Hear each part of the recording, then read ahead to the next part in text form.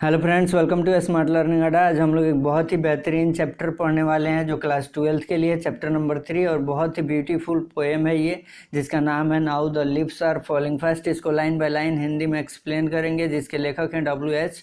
Odean. अगर ये poem आप लोगों को पसंद आता है तो लाइक, शेयर और कमेंट करके ज़रूर बताइएगा कि आपको समझ में आया, कितना समझ में आया, और ये कविता आप लोगों को कुछ सीख दिया है या नहीं दिया। दोनों चीज़ आप लोग बताइएगा कमेंट बॉक्स में। फिलहाल हम चालू करते हैं इस चैप्टर को। और यहाँ पे फेस पे जो दिखाई दे रहा होगा स्क्रीन पे, ये W.H. ऑडेन का ही फिगर है, जिनका एक तस्वीर गूगल से आप लोग सर्च करके देख भी सकते हैं, और उसी में से एक तस्वीर हमने आपके सामने रखा है ताकि आप लोग देख करके वो फीलिंग को महसूस कर सकें कि हाँ, ये राइटर किस तरीके से बैठ के अपने लिखने के अंदाज को लोगों के सामने रखने का प्रयास किए हैं। चलिए स्टार्ट करते हैं इसके चैप्टर को। तो चैप्टर है now the leaves are falling fast. इसको रूपांतरित करें हिंदी में तो इसका अर्थ होता है कि नाउ यानी अब पत्तियां तेजी से गिर रही हैं। इसके लेखक कौन है? W.H. ऑडेन। जिनके बारे में बात करें तो ये W.H. ऑडेन जो है, इनका जन्म हुआ था इंग्लैंड में। जन्म हुआ था 1907 ईस्वी में। कब? 21 फरवरी 1907 को जन्म हुआ इंग्लैंड में, और फिर वहाँ से ये शिफ्ट हो गए थे अमेरिका में, जो आगे आपको मिलेगा। यहाँ पे अमेरिकन पोएट दिखाई दे रहा है, यहाँ पे एंग्लो अमेरिकन, यानी ये अमेरिका के नहीं थे, ये वहाँ पे जाके शिफ्ट हो गए थे। यानी ये जन्म के बाद इंग्लैंड में जन्म हुआ, वहाँ से शिफ्ट होके अमेरिका चले गए। फिर इनका मृत्यु हो गया 29 सितंबर 1973 को, जो यहाँ पे आप लोगों को दिखाई दे रहा है।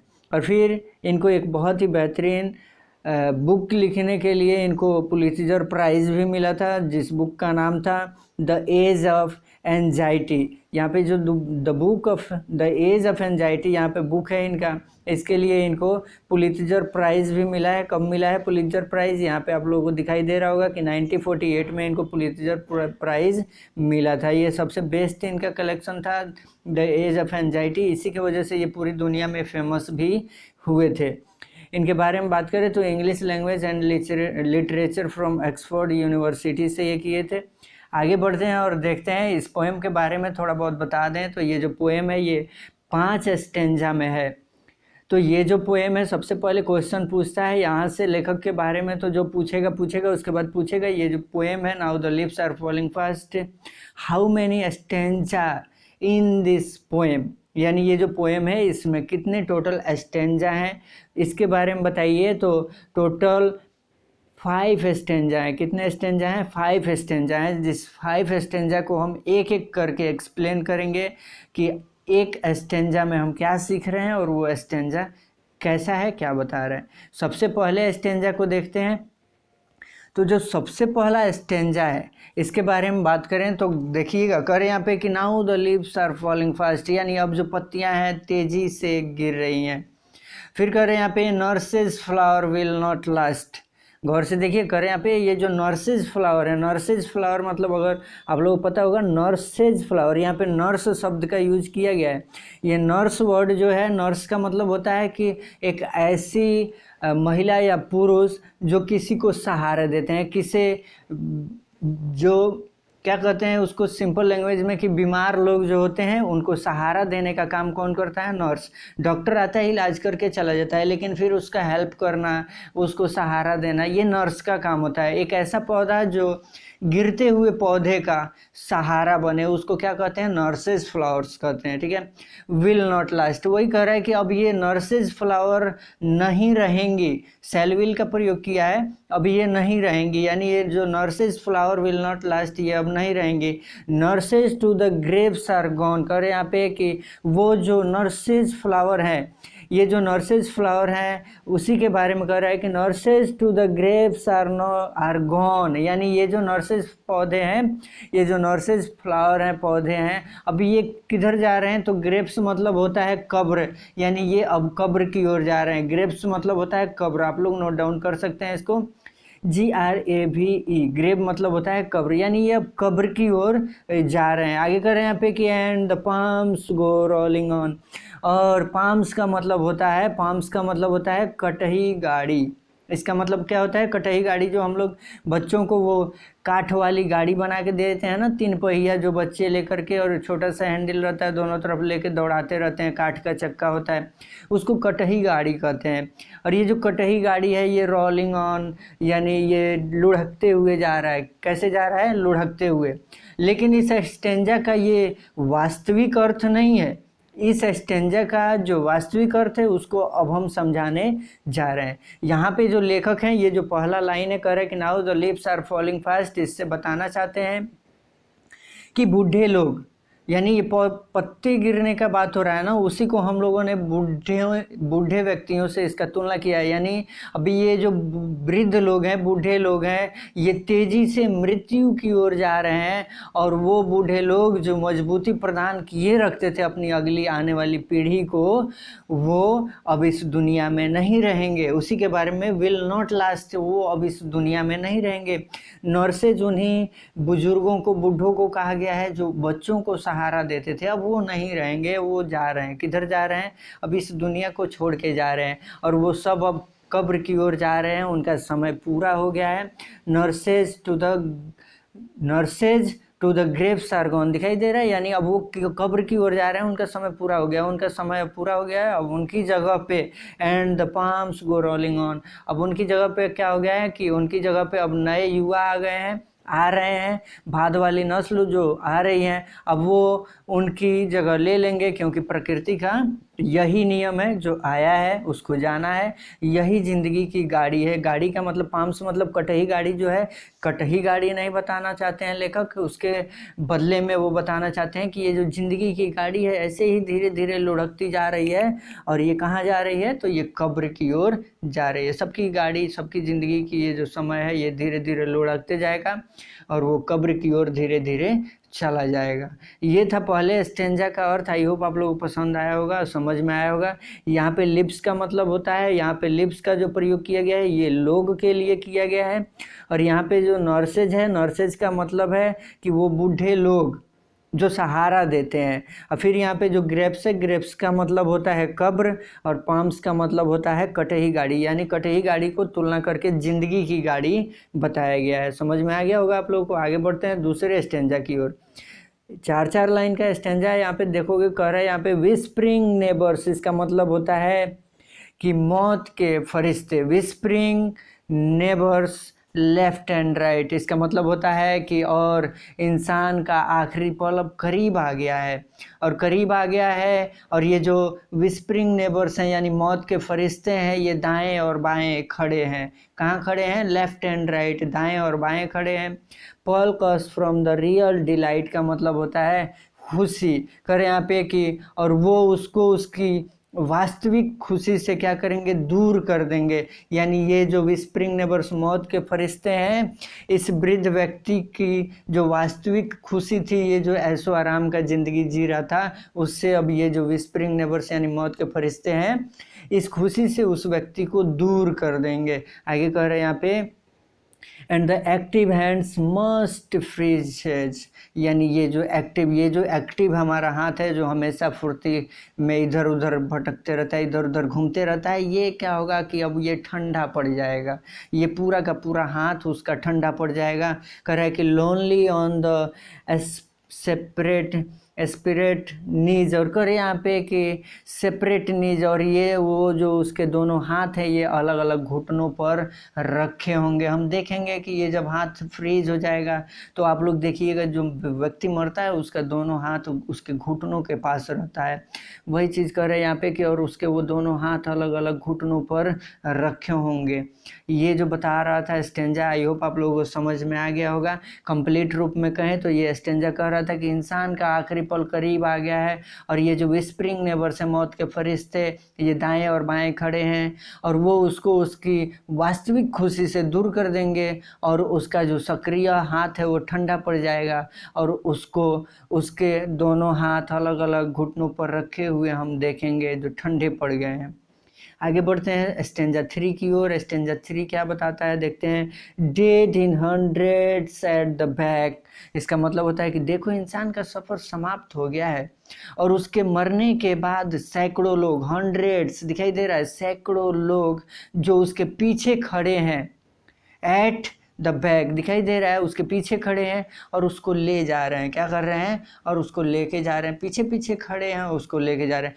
Follow wooden in our track, करें यहाँ पे कि follow wooden in our track, कह रहा है कि लोग उसको ताबूत में रख कर, वुडन का मतलब यहाँ पे ताबूत होगा, ताबूत में रख कर ले जा रहे हैं और लोग पीछे पीछे उस कब्र के रास्ते की ओर जा रहे हैं।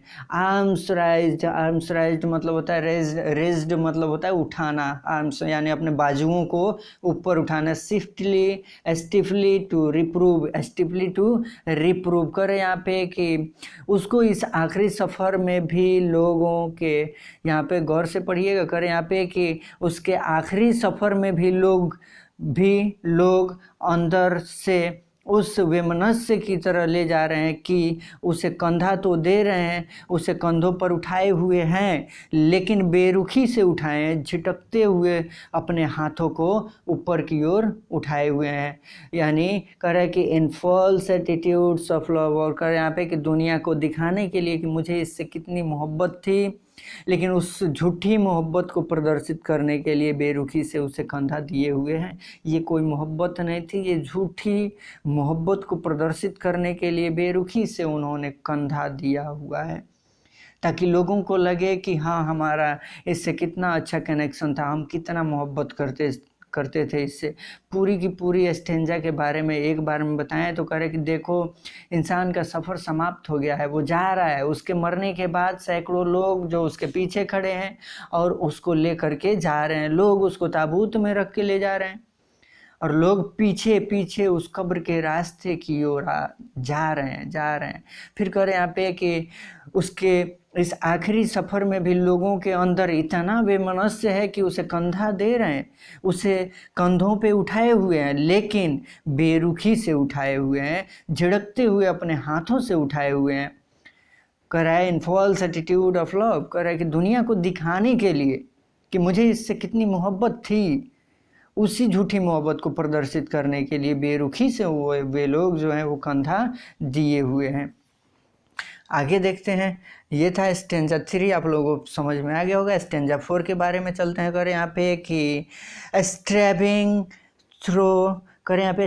थ्रू द लीफलेस वुड, करें यहाँ पे कि कभी यहाँ पे थोड़ा गौर से देखिएगा, स्टेंजा 4 में समाज का तुलना जंगल से करने का प्रयास कर रहे हैं। तो कह रहे हैं कि कवि ने समाज को यहाँ पे जब जंगल से तुलना किया तो कहते हैं कि एक जंगल है जहाँ भूखे लोग मर रहे हैं, trolls run scolding for their food, और कह रहे यहाँ पे कि ये जो लोग हैं मर रहे हैं और ये जंगल जो है ये शुष्क, लीफलेस यानी पत्तों से खाली पड़ा है, दिखाई दे रहा है, यानी शुष्क पड़ गया, उसको शुष्क कहते हैं।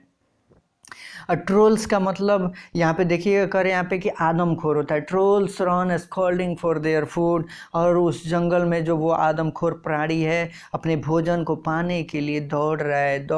उसके पीछे पीछे, किसके पीछे पीछे?